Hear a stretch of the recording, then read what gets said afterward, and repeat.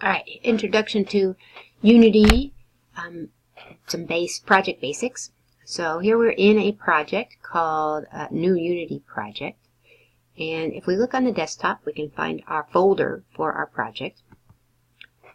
So notice a Unity project has a name, and then inside it, it has several different folders. So it has the asset folder, which is currently empty. Your library project settings. You need this whole folder if you're going to turn it to me or to run it. So if you save it onto your flash drive, etc., you need the whole folder.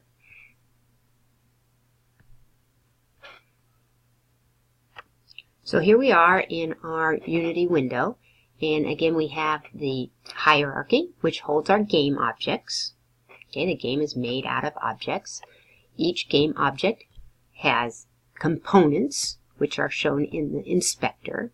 You can add components. And then down here we've got a project tab, and our project tab is made up of assets, and other things can be in our project. Down here we got a console that'll print things out when we run the game. Here we have a scene. The scene is the container for all our game objects that are shown together. And then we can also go into game mode and run it. We'll stay in scene for now. Up here we got our menu bars, which give us lots of other options for things there. Okay, so I'm going to make a simple, bring in a simple asset. So it's this easy. Assets are images, pictures, videos. I've got an asset here on my desktop, this image. I'm just going to pull it into the project tab. There we go. I got a butterfly. Now, if I want to take this image, I can make sprites. Sprites are objects that are used from image assets. So if I go here, there we go. I have made a sprite, and see how it pops up into my hierarchy. A sprite is an image with a location and a speed and velocity. So every asset, by default, and that our camera is our default asset, object, every object has a transform component.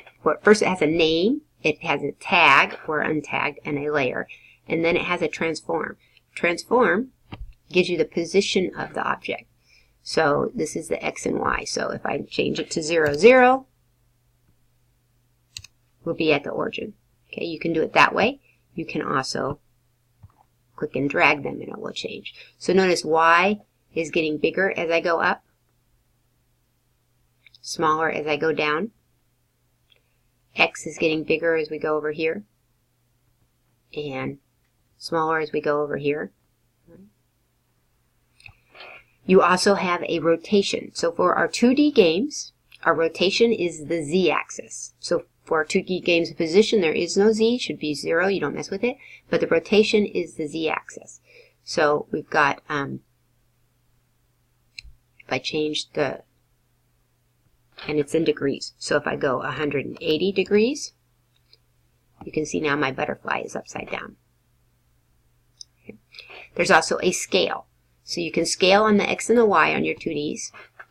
So this is the regular original size 1. I can scale the X and I can scale the Y. You can scale them separately, so you can make it stretch it out. Okay. So sprites have every object will have a transform component. Sprites also have a sprite render component. We won't do too much with it right now. One fun thing though is here we can flip it. So I can flip it back on the X and the Y. And we'll talk about more of those later. Okay, last thing I want to show you is all of the tabs and things. The window is pretty infinitely editable, changeable. So you can pick up your inspector and you can put it over here. You can close things if you want. You can move this down here. You can put it down here. If you close stuff and you're not sure where it is, so we drag it off, we go away, we can close it.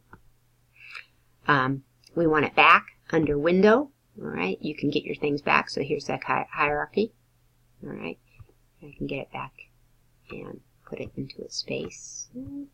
Maybe, hopefully. maybe not. Under Window, you can also do those with Control keys. And I thought there was a way to go back to the, oh, here, layout. So then I can go back to my layouts. You can set a layout for yourself if you have a certain way you like it, or I can go back to the default, which is like this. Right. That's enough for now. If I